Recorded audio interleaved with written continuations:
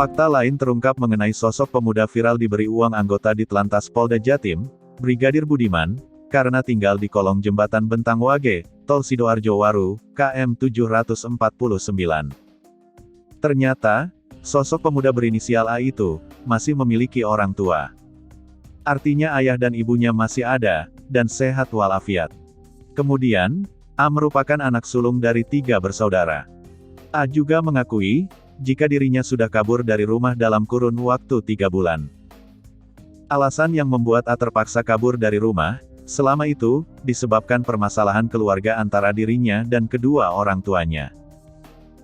Semua itu disampaikan oleh A kepada Bribka Budiman dalam postingan video berdurasi 3 menit, dalam akun TikTok @dulurbudiman, yang diunggah pada Jumat tanggal 27 Agustus tahun 2021. Deretan fakta-fakta tersebut berbanding terbalik dengan yang disampaikannya kepada Brigadir Budiman, pada video sebelumnya yang terlanjur viral di aplikasi media sosial berbasis video, TikTok. Apa yang dilakukan A bukan tanpa alasan. Berdasarkan keterangan yang disampaikannya pada Brigadir Budiman, A sengaja menyampaikan keterangan yang berbeda dari kebenarannya, karena merasa grogi dan takut bertemu dengan Brigadir Budiman.